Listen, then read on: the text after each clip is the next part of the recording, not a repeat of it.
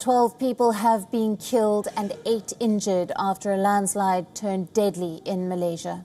The country's disaster management agency says at least 59 people have been rescued from the campsite in the Selangor state, while dozens still remain trapped.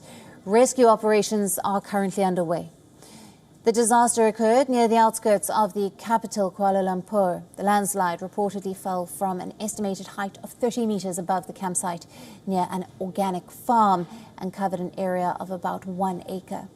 Speaking on the deadly incident, Prime Minister Anwar Ibrahim has said that he has instructed government agencies involved to conduct the mission in a thorough and systematic way.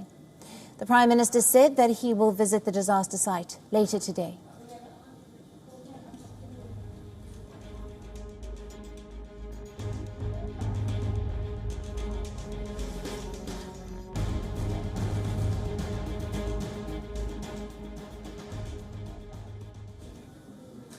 Now we're being joined live on this broadcast by Dave Gronenbaum, who is a journalist from Kuala Lumpur in Malaysia. Thank you for being with us, Dave. Now, many victims are feared to be trapped.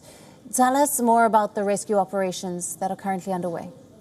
Yeah, so the rescue operations are going on about 2 kilometers from where I'm standing. They're keeping us in place right now.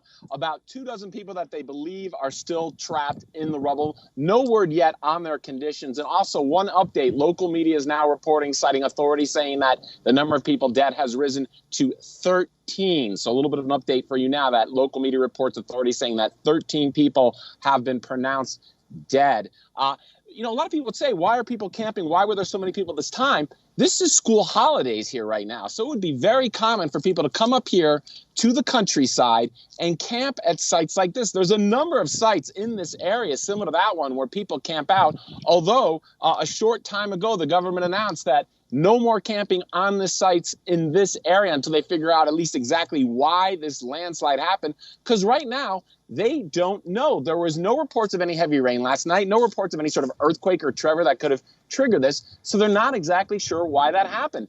The actual site now where you're talking about that's covered with this, with this landslide, it covers about 1 acre. And the search teams, you've got about 400 search and rescue people on that site right now dealing with heavy mud, fallen trees, really difficult areas to search, but they're doing their absolute best because they know time is of the absolute essence, that if there is anyone who is still alive but buried underneath that rubble, they've got to find them quickly. This happened between 2 and 3 in the morning local time. It's now almost 2 p.m. So we're getting close to the 12-hour mark from when this happened. So time is obviously of the essence, a really, really difficult situation here. And we should keep in mind, Prime Minister Anwar Ibrahim, he was sworn into office about a month ago. So this is the first real tough test of his administration, the way they respond to this crisis. Right. And Dave, just how well equipped are the hospitals in Malaysia to deal with a disaster of this kind?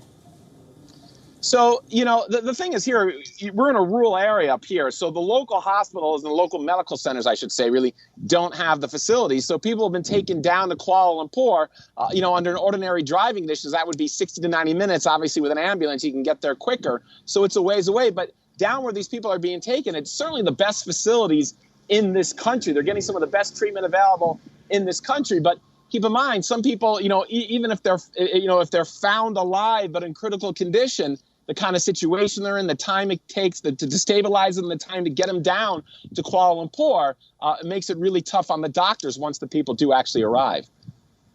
Dave, thank you very much for bringing us all the latest details on that very tragic incident there in Kuala Lumpur. WION, now available in your country. Download the app now. Get all the news on the move.